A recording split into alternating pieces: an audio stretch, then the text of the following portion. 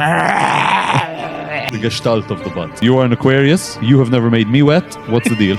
Yet. Maybe it's healthier to like do cocaine. We're two bros and we're trying to have girl talk. You say disgusting. I say enlightened. This is girl talk and you're bringing logic and statistics into it. What does Metzl have to do with it? Okay, see, that's why it doesn't resonate, because I feel like me and Hitler would really get along. If you have any Tauruses in your life, get rid of them. Okay, Morgan Freeman, we're gonna rape you.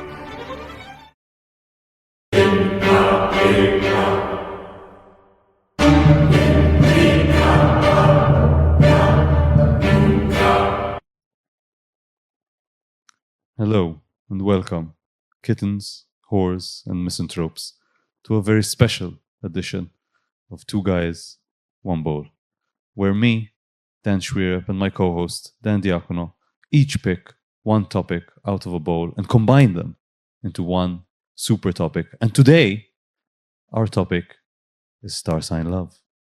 We are here in our new podcast studio provided by streamhouse.media. And to take us on our journey today, to set us off, we have Dan Diacono. Please, take us away, Dan. You can try and date an Aries, but they'll keep you up at night. You can try and date a Taurus, but you'll never win a fight. You can try and date a Capricorn, responsible and drab, but don't ever date a Cancer. They'll probably give you crabs. Aye, ask the planets up above. I just want some star sign love. Well, the Libras are polite, so they'll always call you Mister. Geminis are twins, they might even bring a sister. Sagittarius are spontaneous, they might make a scene, but don't ever date a Virgo, cause they're probably not 18. Aye, ask the planets up above. I just want some star sign love. Well, the Leos are so generous, they'll have your needs met. And Aquarius are water bearers, always make you wet. And the Pisces are so sensitive, they cry because they care. But don't ever date a Scorpio if she has purple hair. Aye, ask the planets up above. I just want some star sign love. Ask the planets up above. I just want some star sign love. Wow, art. Give it a little flair at the end there. Think I got away with it. You did. Scratch that. I'm sure I got away with it. There you go. Confidence. Be sure in yourself, baby. Know your worth, queen. They say confidence is sexy. I disagree. Boobs are sexy. True. But it's only, as we discussed earlier, boobs or one boob can be sexy. It's fine. unlike a one ass. Let's get into it. You need two ass cheeks for sexy. One ass cheek on its own is not sexy. The boob ass paradox. Exactly. Which is most people would rather have access to 2 butt cheeks than 2 boobs. But those same people would rather have access to 1 boob than 1 butt cheek. For the butt, you need the gestalt. Indeed. The gestalt of the butt. Now, this is supposed to be a girl episode and we're being misogynistic. We've already fucked it up. And you know what's funny? Yeah. I had the exact same thought. If you didn't say it, I would have. Yeah. This is a girl episode. Okay. Let's make it girly. Okay. Yeah. Let's fucking go. We're gonna talk about our emotions at some point, but first I have questions about your song. Fantastic. Okay. First of all, you are an Aquarius. Yes. You have never made me wet. What's the deal? Yet.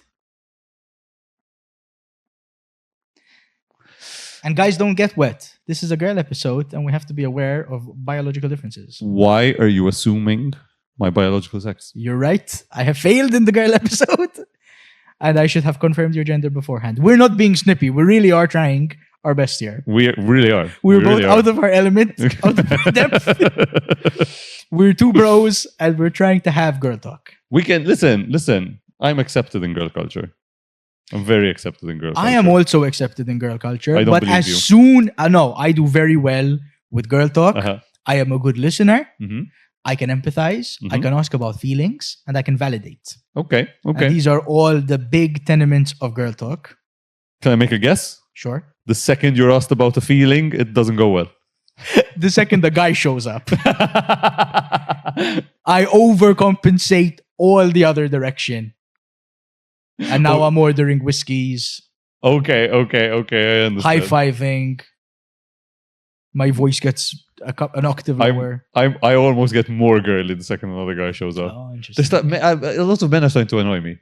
I'm starting to get it. I'm starting to get what these hoes are bitching about. Ooh, just that. It's just that, That's guys. a lot of, they just...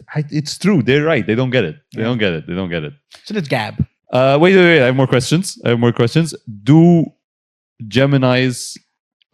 you said Geminis might bring their sisters. Where are these Geminis? Can I meet them? Now, for most of the items in the song, I try to capture the personality of that star sign. That was a joke. You have failed me. We're moving on. Geminis are my type. And I would have loved it if you found one that had a sister that was open to a threesome. But fine. That's fine. It's fine, Dan. Now, if a Gemini was a twin, they would both be Geminis because they're born on the same day. Oh yeah, that is how twins work, actually. Yeah. But that is incest, and you're disgusting. You say disgusting. I say enlightened. Now Virgo. You said Virgos. Something about them not being 18. I'm not interested. R. Kelly might be, but I don't know what's the connection basically. So Virgo does mean virgin. Yeah. So you can, don't date a virgin unless they're over, or they're probably not 18. We all watched 40-Year-Old Virgin. It brought Steve Carell to global fame. And was Steve Carell allowed to have sex in that film? I think he sexed at the end of the film. Yeah. No? And was he over 18? He was 40, yeah. Exactly. But you said probably not 18. And the way star signs work, actually, the high likelihood is that they're over 18 because there's more people that are over 18 than under 18 in the world. This is gab. This is girl talk, and you're bringing logic and statistics into it. Also, you have to hit a certain amount of syllables when you're writing a song. I just don't think it makes sense. I just don't listen. I understand, artistic license and all that, but it didn't make much sense. Okay, so that we can cross off. Finally, my last gripe with your song. So these are gripes. 100% gripes. 100% These are gripes. criticisms. I mean, some of them were questions. The Gemini sister one, for example. You said that you shouldn't date a Scorpio if they've got purple hair. Right. First of all, is that gender specific? I feel like a dude Scorpio with blue hair is going to be even more toxic. You said purple, not blue. I'm colorblind. I see purple as blue. That's I'll allow it. I don't want to be ableist. Thank you. Again, purple has 2 syllables. Okay, yeah. So it's regardless of gender, but also, is it just Scorpios with funny colored hair? Now, I'm so glad you asked. Mm-hmm. You are asking, is anyone with purple hair toxic, even if they're not a Scorpio? Yes. I defy you and challenge you. Find a girl or guy with purple hair. They're probably a goddamn Scorpio.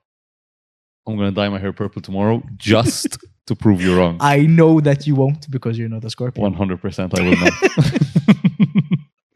Finally, my last question. This is not a gripe. Sure. This is, if anything, high praise. Thank you. Did I catch correctly that was basically a remix, I suppose, of Kulfur I'm Wonderful. So I watched The Godfather recently, and they sing the Italian version of that song in the film. There's an Italian version of that song? Yeah, it's called Mezza la Luna or something like this. What does Mezzola have to do with it? It's not about Mezzola. Maybe she wrote it. I don't know. Oh my God. Maybe she was in The Godfather. But no, that's like an Italian folk song, Okay. of which I'm was Obi Wan Bite is like a parody, if you will. Oh, okay. That's interesting. Okay, very good. Now, shall we get into more girl talk? Like, I did the girliest thing you could do, which is I asked your mother for your birthday and birth time. It's a Scorpio ass move, too. I'm a Sagittarius. Purple hair motherfucker. I'm a Sagittarius. But yes. So, and I did our compatibility chart. Oh, that's beautiful. Yes. Would you like to hear our That's so compatibility? cute. Yes, please. So I'll give you what I did. What I did, to be clear, is that I went on a nice website that did the compatibilities, and it conveniently has the breakdown of it that you can copy paste into ChatGPT, Right. and ChatGPT will give you a little summary, a little interpretation of the thing. Okay. So here's our compatibility. The connection is tension with purpose, the classic square that builds something real. Diacono provokes evolution in Xuereb. Xuereb teaches Diacono patience and embodiment. Isn't that the truth? At best, it is a grounding and innovative duo. The architect and the futurist. At worst, there is stubborn gridlock between the rebel and the realist. And okay. What do you think? Does it summarize our relationship in your It does. opinion? I feel like that's a good overall arching conceptualization. Really? Yeah. It sounds like that's how we'll go together moving forward. So, it really doesn't resonate with me at all. No? And it makes perfect sense why it doesn't resonate with me, because that's actually your compatibility with Hitler. Okay, see, that's why it doesn't resonate, because I feel like me and Hitler would really get along. But it says you'll get along. We are the rebel and the futurist. Exactly. It's a classic combination. There you go. And I feel like if I was partnered with Hitler, one, I would have told him, listen, if you go to Stalingrad, pack some extra socks for your boys. You would have been a grounding presence for Hitler. He aims to the stars. I am the anchor that brings him down to earth, and together we can float forward. If it was just me, I wouldn't get off the ground. But if it was just him, he'd just fly off into space. Which arguably kind of did. Yeah. Yeah, So went he a bit could too have- far, some would say. Could have used Some would say. Not me, but could have used an Aquarius in his life. also Hitler, a Taurus. Oh, that makes Taurus. him stubborn, motherfucker. So if you have any Tauruses in your life, get rid of them. You can try and date a Taurus, but you'll never want to fight. Truer words, yes. Unless you're a matador. Right. A Taurus would be the bull. Exactly. And if you're Stubborn motherfucker. Hitler also, I think, super into astrology as well, into all of this kind of mystical shit. Oh yeah, didn't he go on like fucking hunts for like weird artifacts and stuff? Yeah. I think they covered it in what's the movie? Captain America.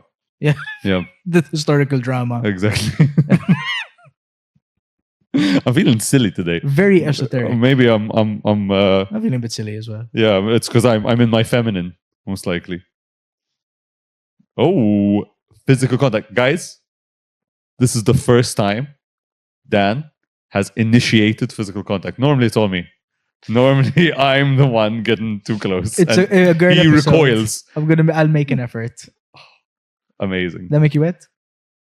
A little bit. A little bit, right? A little bit. Okay. Let me read out our actual compatibility, okay? Sure. It's me and Mussolini.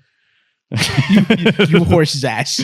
This is a cosmic bromance / visionary partnership archetype. You're united by humor, ideas, and rebellion against mediocrity. Diacono grounds the eccentricity with intellect. Xuereb fuels the fire with enthusiasm and boldness. Hear that, motherfuckers? I'm bold. At your best, And the planet say so. the planet, it's ordained. At your best, innovative, hilarious, mutually liberating. At your worst, emotionally evasive or idealizing each other too much. If it's friendship, it's likely lifelong. If romantic or creative collaboration, it thrives on space, honesty, and shared missions rather than constant emotional closeness.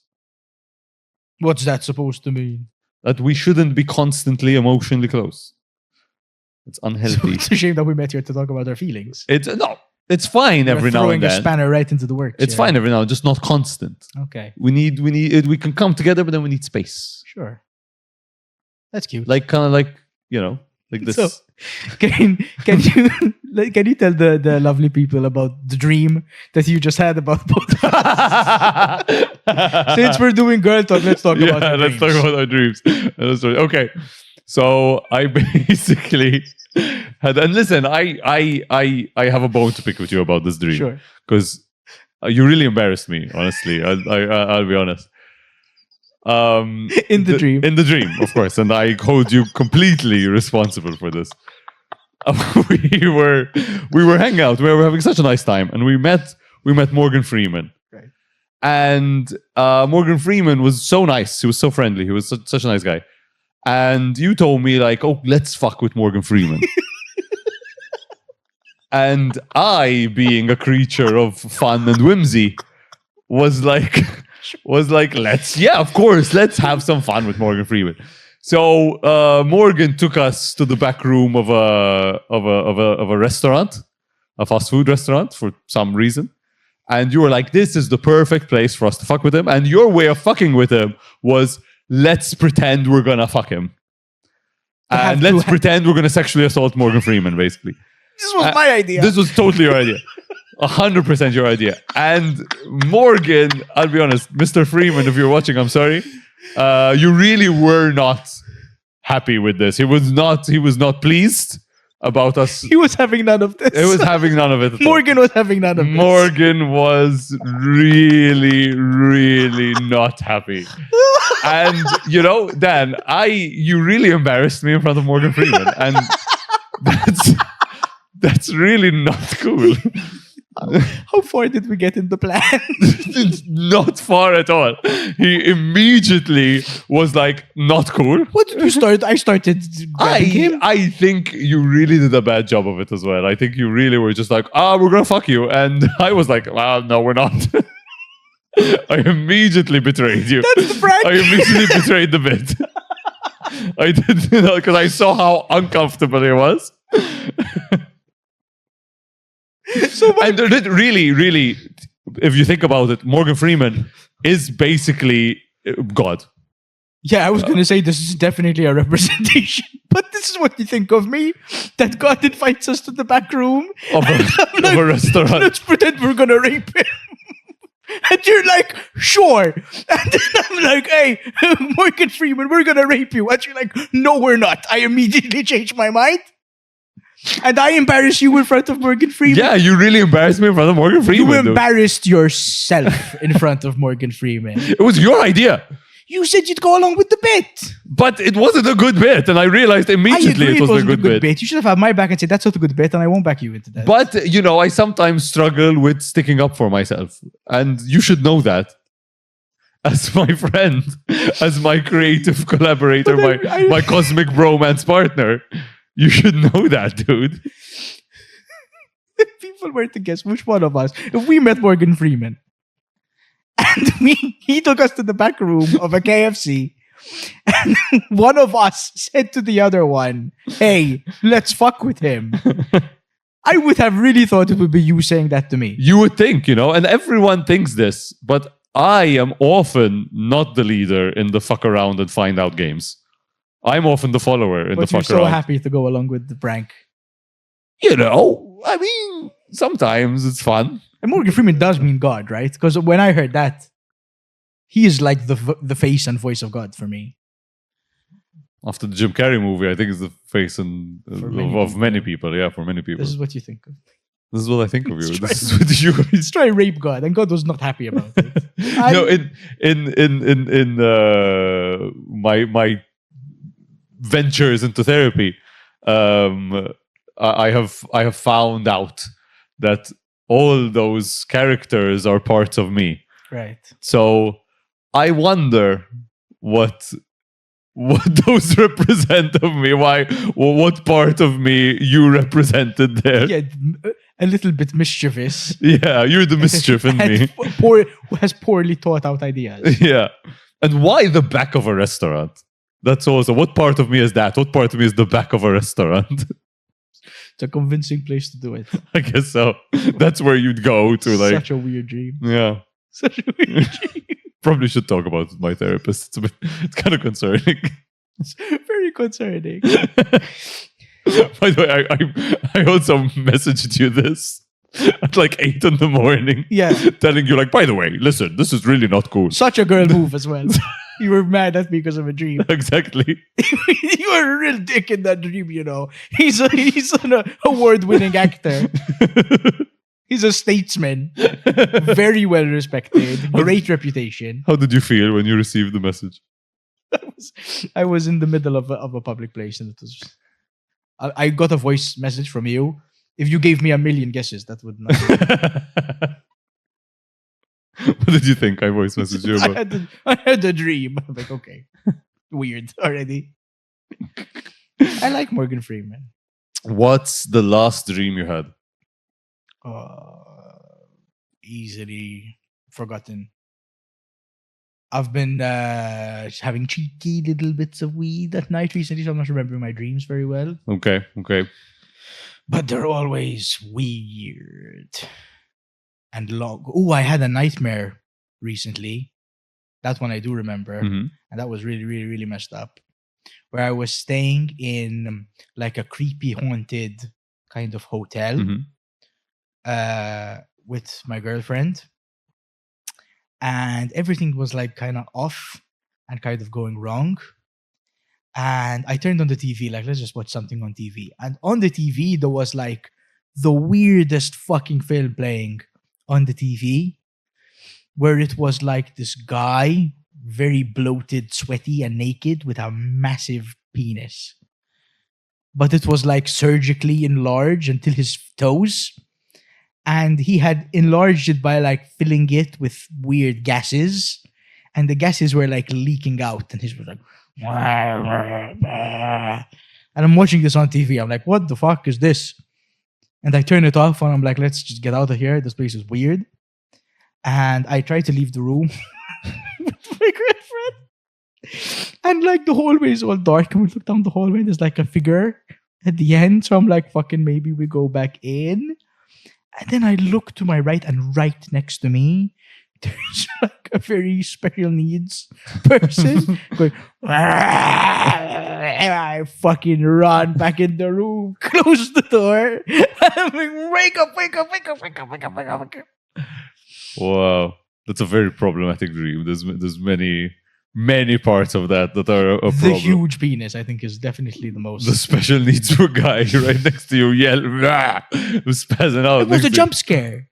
It was Yeah, a jump scare. oh, wow, it was wow, wow. literally, it was cut like a jump scare. Was it Like after, I'm looking down the hall, and then I look and I see the guy go. Was it after we watched Weapons? Yeah, it was sometime after I watched Weapons. Yeah. Here's a question. Have I ever been in your dream? Probably. Do you remember it? I had a weird dream about all the comedians at one point where we were watching like a fight tournament. But it was like at Afro Delhi, where we used to do open mics. Who was fighting? It was like two Chinese guys. At an African restaurant. Yeah, they were doing like kung fu. Racist. But that's why we were there. We weren't comedians. It was all the comedians, but we weren't comedians. We were like fight enthusiasts or something. Interesting. And I mean, isn't that what we're doing at an open mic? Really? Really? Watching two Chinese guys fight? Let's be honest. Let's be honest, man. Cut out all the bullshit. What are we really doing up there? You know? It's just two Chinese guys fighting. You write your jokes on your little notebook. You set up your punchlines. You show up. You have a beer, and you watch two Chinese guys fighting. That's all it is, man. That's all comedy is. It's just two Chinese guys fighting, and they're yelling racist epithets at each other. Also, just to clarify. There was a lot of khaya, as I remember. Yeah. Oh, I'm sure. They were very I'm sure. Okay. Do you want to go through the compatibility a bit more? Our a bit more. Yeah, a bit more in depth. You know. Let's dish. Let's see. Let's find something. This would be funny if it said like, "Oh, fucking stay away." It'll be hilarious, right? There's one thing you should never do. Is hang out with this guy. And if you do, make it in private so that no one can see the embarrassing mess that becomes of it. No, it was okay. Before we get into this, what's your honest opinion of astrology and star signs, that sort of thing? Surprisingly accurate. Uh-huh. I really want to not like it, but it's sometimes hits the nail on the head. What I think is complete hokum is like daily horoscopes. Yes. And this stuff just seems very, very vague. And they're telling you like, you'll have a good day unless you don't. You know? And the very broad and generalized armchair astrology. I do realize that we're both on armchairs. But we're not doing astrology. Oh. We're not astrologically reading someone's bullshit. We're not doing any readings.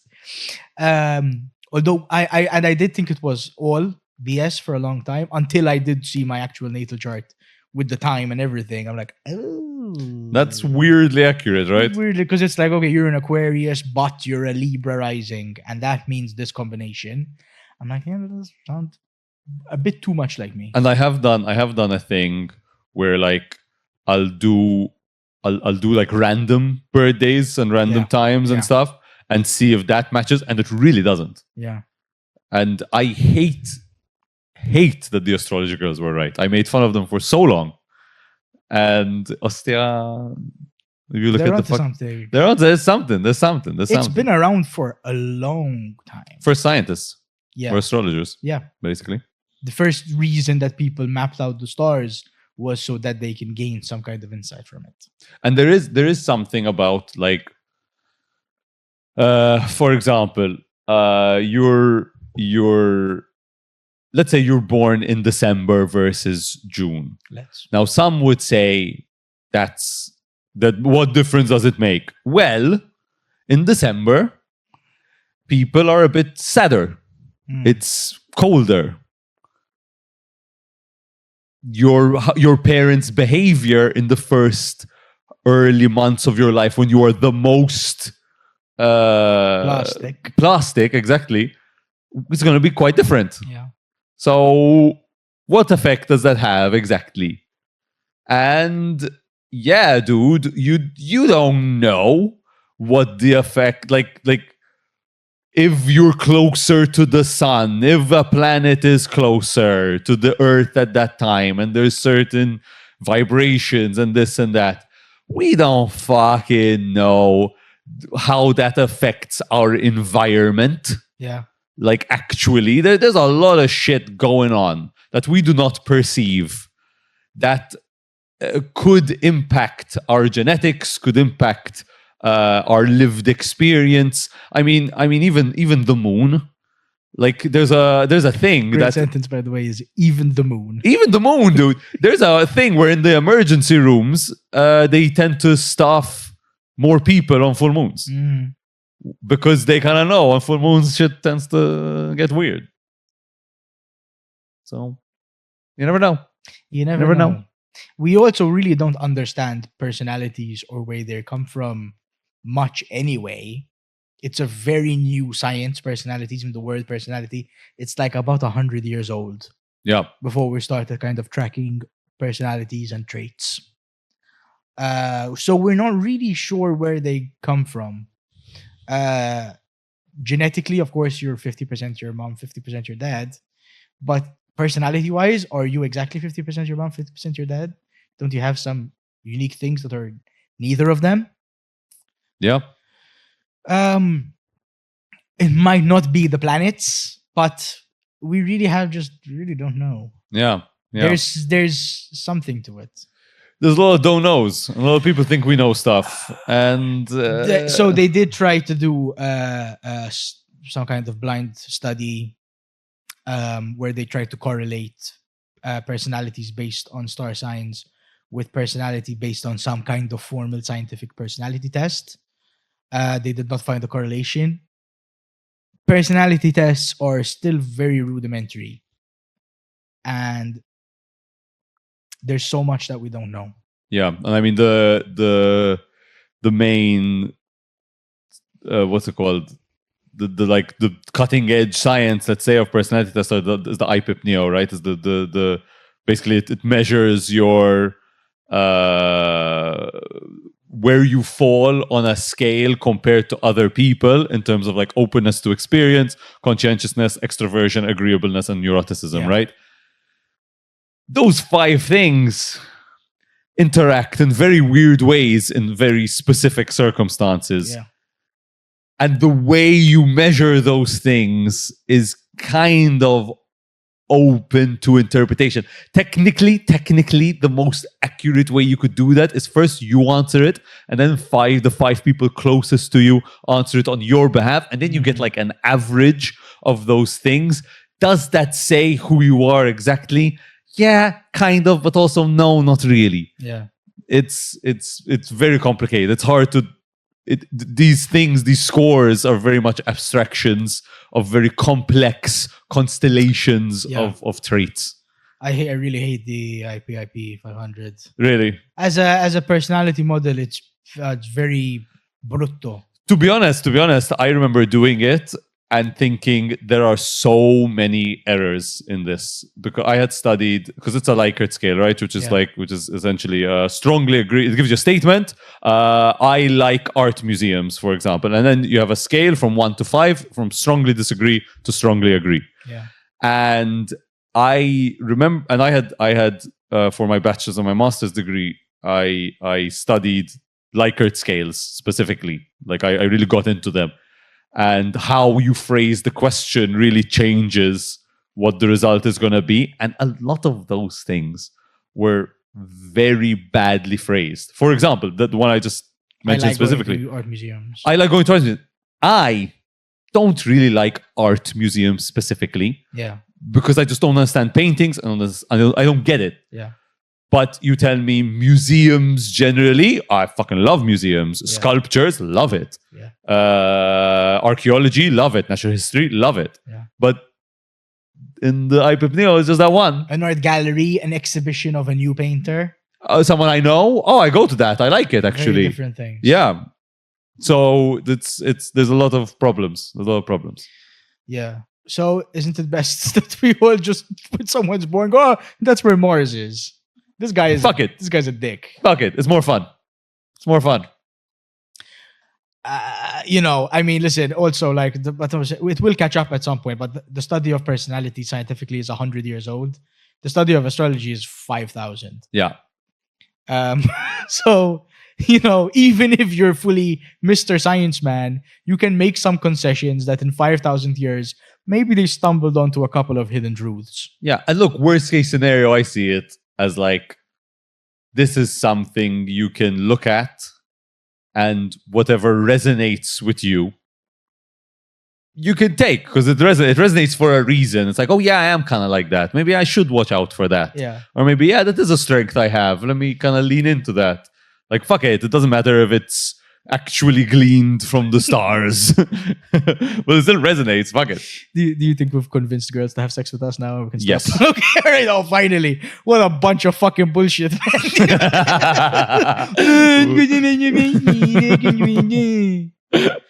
Grow up. Read a book. Read a fucking book. It's not an excuse to be a bitch, Bethany. Okay? Just because Mercury's in the 12th house. It's always the Scorpios. That are using the star signs for evil. Oh, the sun was next to a picture of a scorpion. Yeah, that's why I fucked your dad. Sorry. Bethany. What a whore.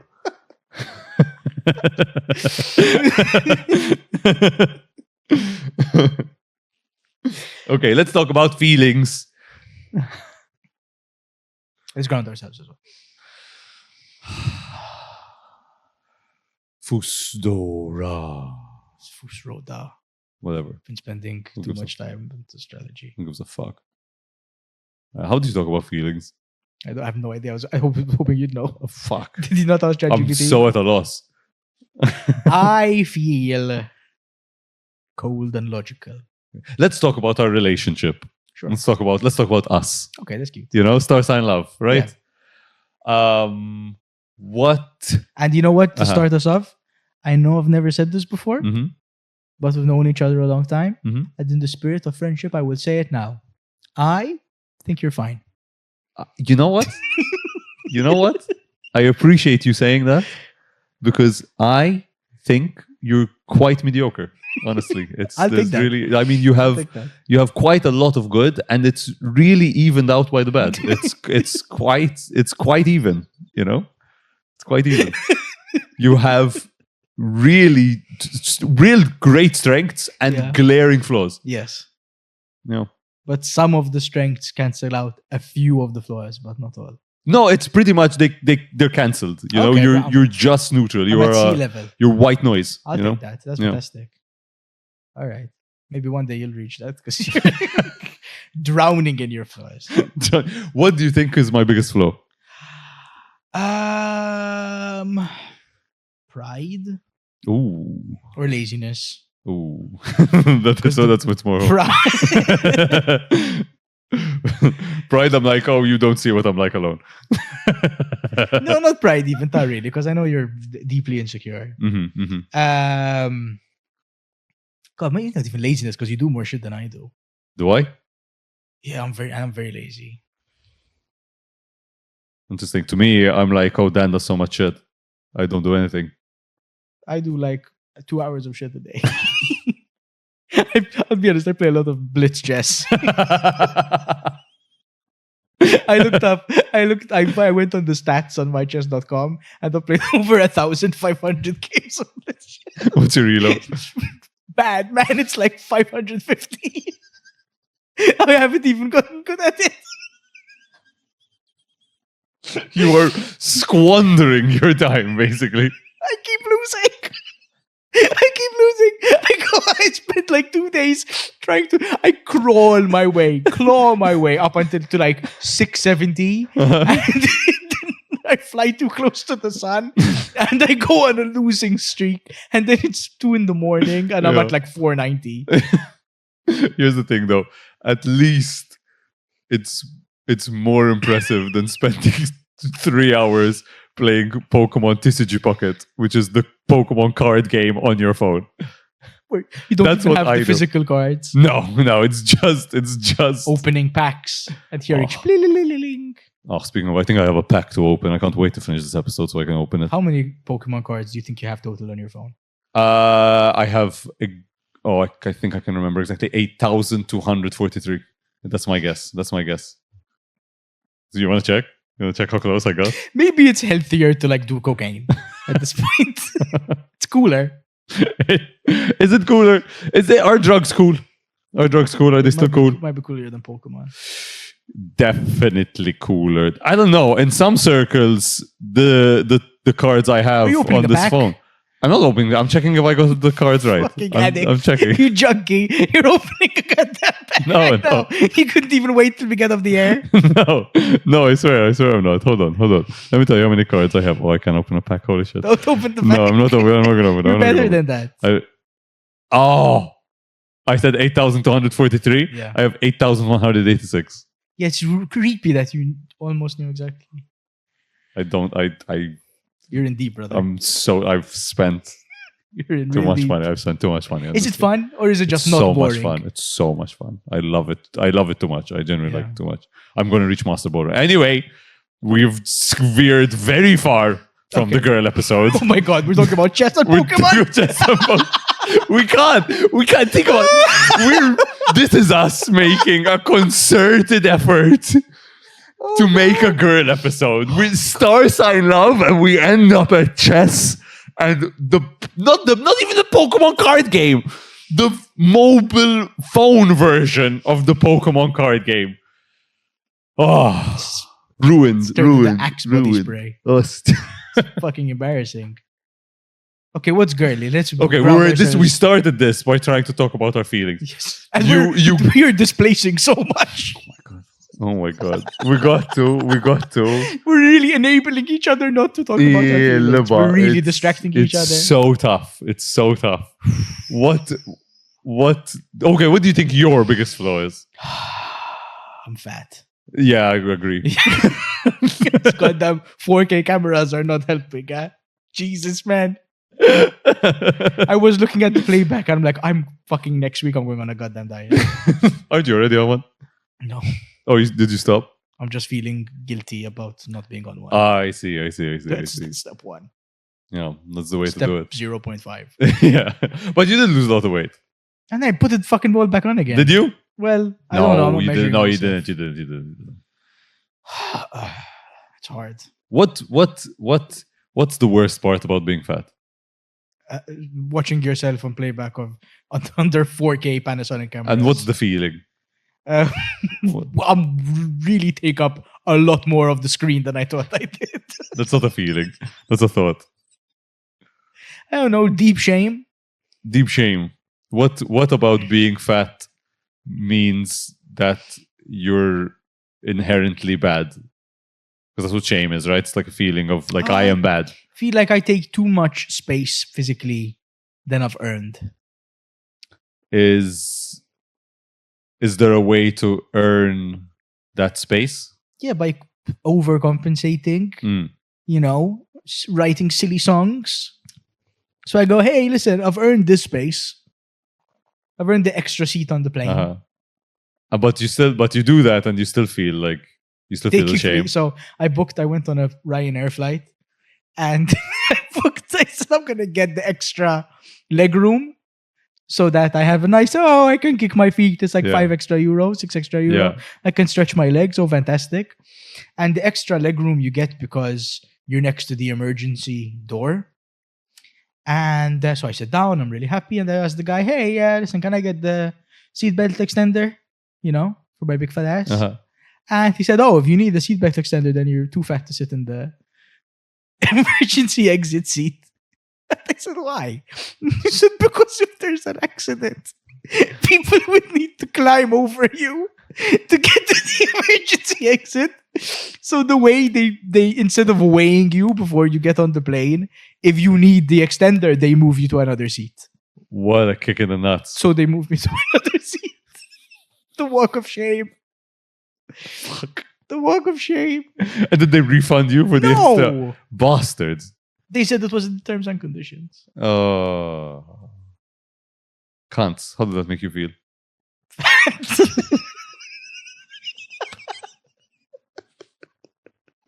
I just really like brown food. Brown food? Anything brown or beige, man. What? Oh, like crisps and shit, you shouldn't eat brown or beige. You should eat like red and yellow, but I just eat brown and beige. Pasticci, pizza, fried chicken, bread. It's all the same color. Yeah. Sometimes I look down at my plate and it's just like shades of brown and beige. We had some green. We had some white or red, you know. I love a castatella siciliana for the green.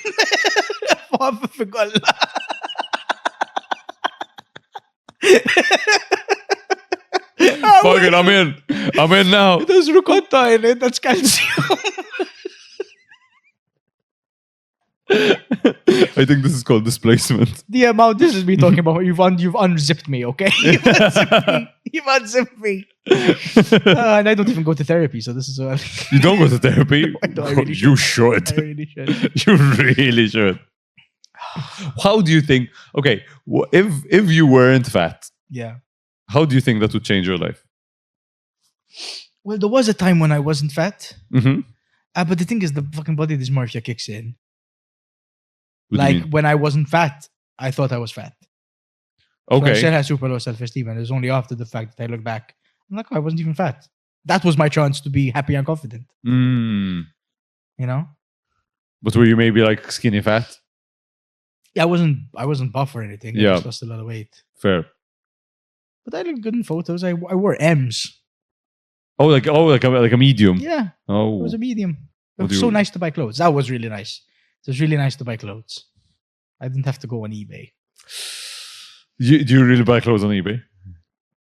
Anyway, we're talking talking about? This is getting too deep into me. We barely talked about your insecurities. Oh, we'll we just turn got it to talk around. about Pokemon. For They'll turn it around. So okay, so you were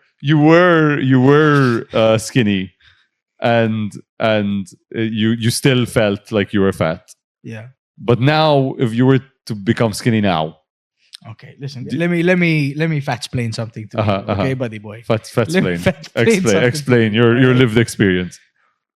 There's some people who put on weight and lose it. There's some people who are thin and then they get older, they lose their metabolism and they're fat. Then there's my kind of people. Okay? So let me explain this to you right now, right here and now. Okay? I have a fat soul. All right? It's not my body. It's my soul is fat. Okay? When I go to heaven and we all shed our corporeal form, and we just become ascended spirits, my ascended spirit is going to be a little bit fatter than everyone else's ascended spirit. I know this, okay?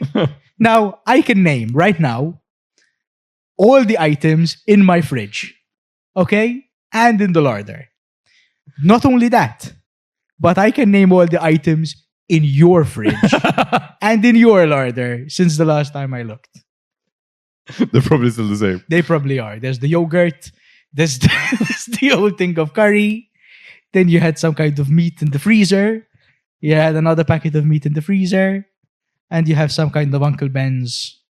I think you had, because you have a box of quinoa. I do have a box of quinoa. Indeed. Yeah, that covers a large amount of it.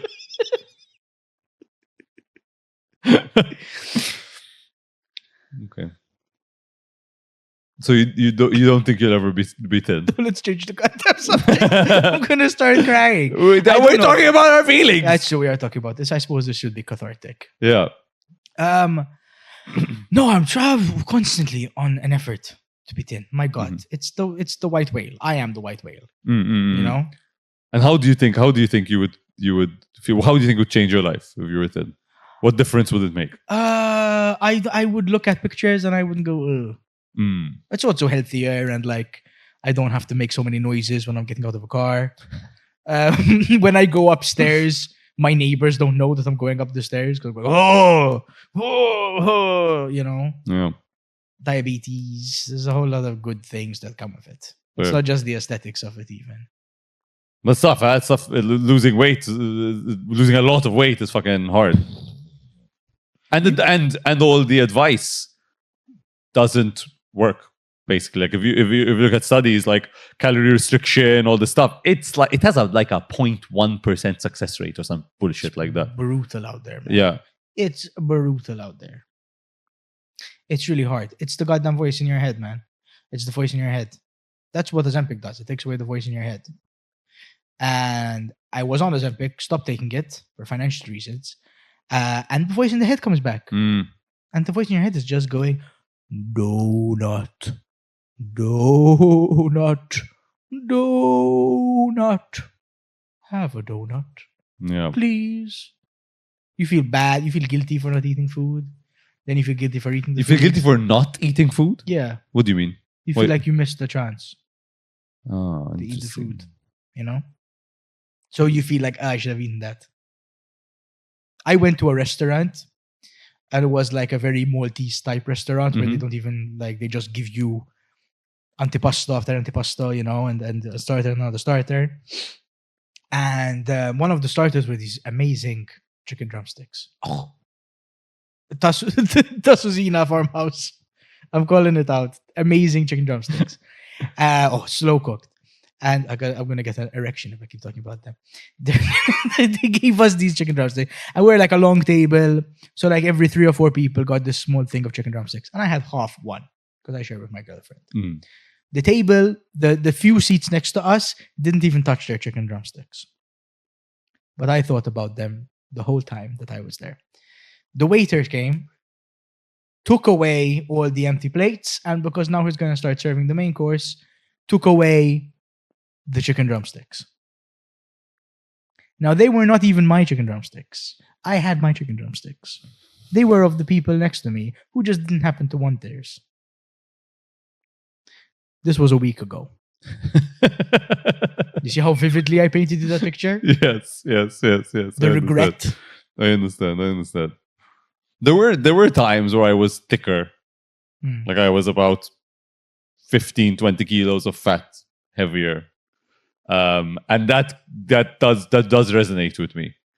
How connected do you think it is with ADHD? Yeah.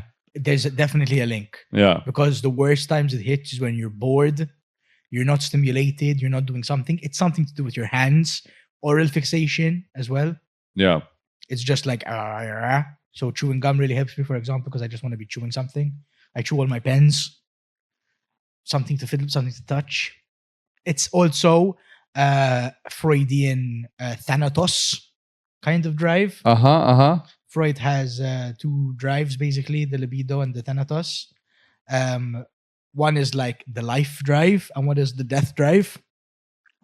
I feel like eating is also satisfying a death drive because you're destroying something. It's satisfying in the way that smashing a plate on the floor would feel kind of cathartic.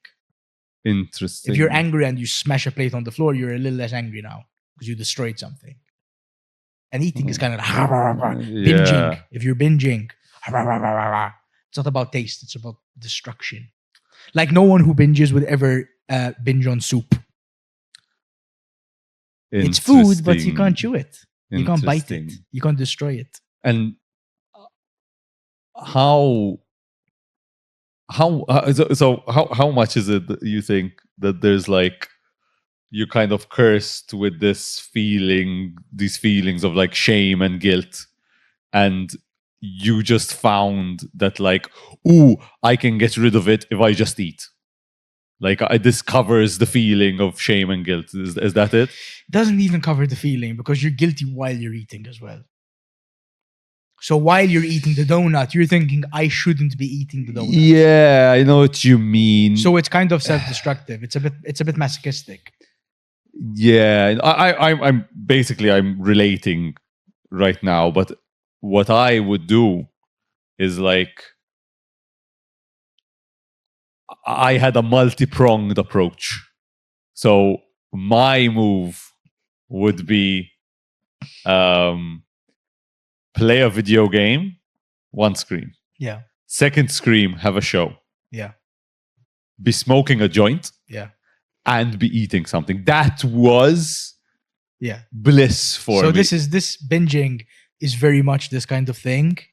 The only thing I would change is instead of the video game, have my Bluetooth headphones in so that I can be mobile. I can be on the move. Put on some video essay that I am not listening to, or music that I don't hear, and eat food that I don't taste. And it is like sensory deprivation. Because all of your senses are fulfilled and none of them are. Yeah. And you lose time. It's akin to heroin. But it's very Thanatos, you're right. You're just like, let's just fucking get through this. Oftentimes this also is at night. Yeah. And with the lights off so that God can't see you. Yeah. But there's like there's a weird thing where you're like, because I know what you mean. You're feeling guilty while you're doing it. You're still feeling the shame and the guilt. But then, what are you doing it for? What's the like what's kind of a little bit hate yourself. Yeah, and what else are you gonna do? I guess you have nowhere else to put these emotions. Drop a fucking truth bomb on your ass. The guilt is preferable to the boredom. Yeah, because boredom is a real motherfucker. But is it that you're actually feeling the guilt, or you're just running away from the guilt? And that's what it is. It's like, yeah, if I were to let myself be bored, I would actually feel this shame. I would actually feel this guilt. Yeah. Whereas if I'm doing this, all right, the guilt and shame is like over here. Yeah.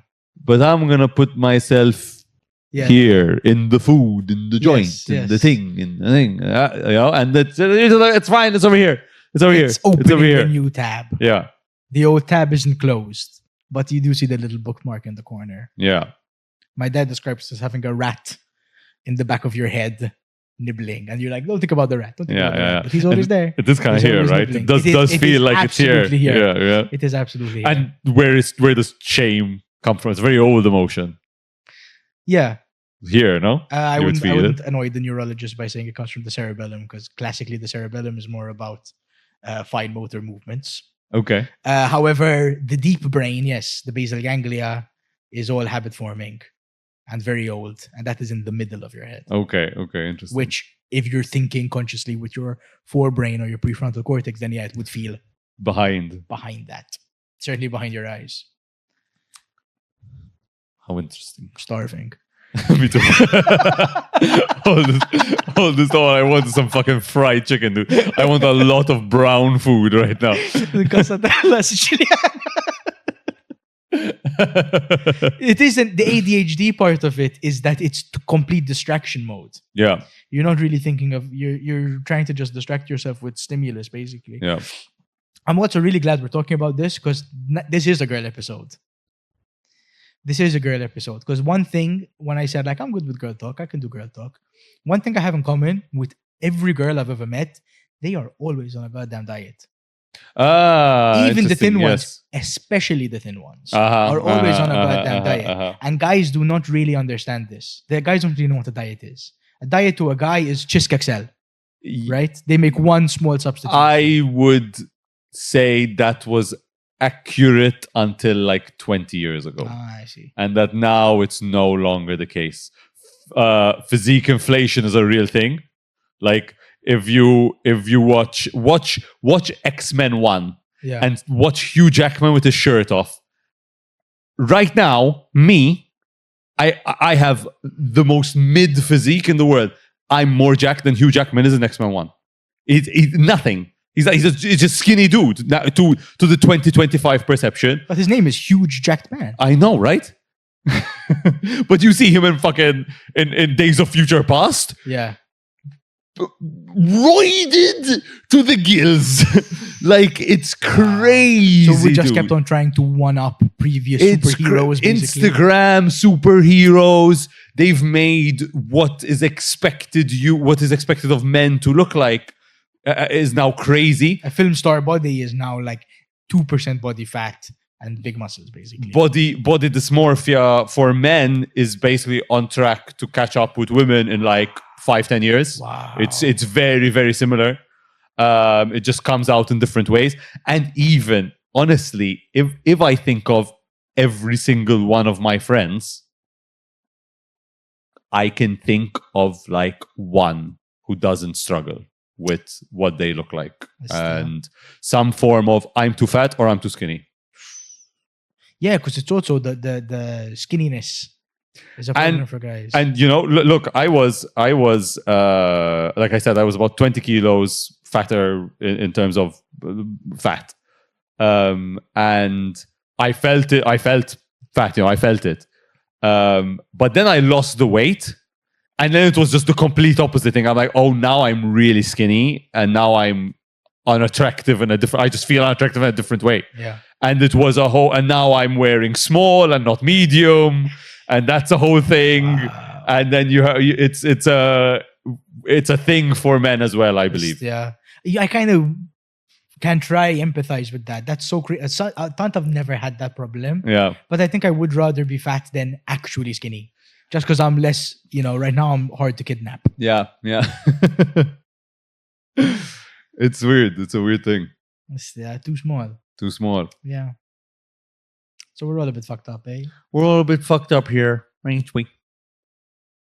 Nice displacement for not talking about your feelings. Just making us talk I mean, about mine. we can talk about my feelings. My feelings are basically the same, just different flavor. To keep with the food theme. It's the you grow up feeling like you're broken in some way because you have ADHD and the world seems easy for everyone and everyone seems to be able to kind of remember their books and do their homework and study for exams and keep their shirt tucked and wear a jumper. But to me, it's really itchy and weird to wear a jumper. I don't like it. and I chew through the fucking the things because I'm fidgeting all day, and I'm sleeping during class. My religion teacher is kicking me out every lesson and making fun of me, saying I have goldfish syndrome because I'm literally falling asleep with my mouth open during every lesson. And so you grow up with this deep sense of shame and guilt, and you think you're doing everything wrong, and you think you were wrong in some way. And sexy cam, please.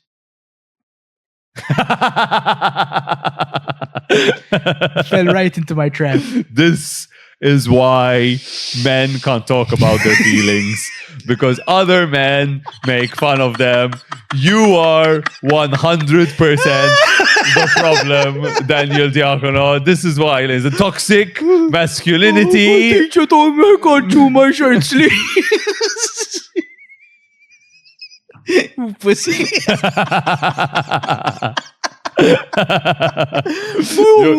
Get over it. You know what this is called? The negative expression of a positive affect. Okay. So the men do this all the time, and this is how men communicate, which is like you're saying the most heinous shit, but everyone's laughing, and everyone's like, you know, and it's you're saying the worst thing in the world, but there's a weird way in which everyone knows you mean the exact opposite thing.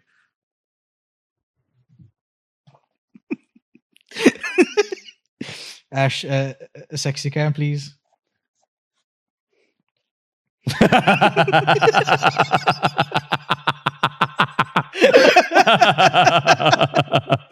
And isn't that a lovely way to end the episode, ladies and gentlemen? Call your friend a pussy nerd. Call your friend a pussy nerd. It will make them feel loved and appreciated and special. Let's pick a fucking topic for the next episode, okay? Before I throw shit and break this bone. Pick a topic. Pick a Madonna topic. Wait, I need to pick one without lines. Without the lines. Okay. Okay. So you need to read. You start. Hermes Trismegistus. Table tennis. So stupid. I'm glad we had a girl episode so that we can go straight into a very boy episode. A weird, esoteric, niche Wikipedia boy episode. If there's any girl who knows who Hermes Trismegistus is, call me, I will marry you. If there's any girl who knows who Hermes Trismegistus is, can I get a discount at the tattoo parlor that you work at? Can I actually, please? These are expensive. They're so expensive. Okay. Thank you very much, ladies and gentlemen, for joining us. This has been Star Sign Love. Catch us next week, 2 weeks, month. I don't know. We're really inconsistent. Yeah. Catch us next time for Hermes Trismegistus table tennis. I'm sure it will be lovely. Bye. Mwah. Love you. We love you. Love you. Mwah.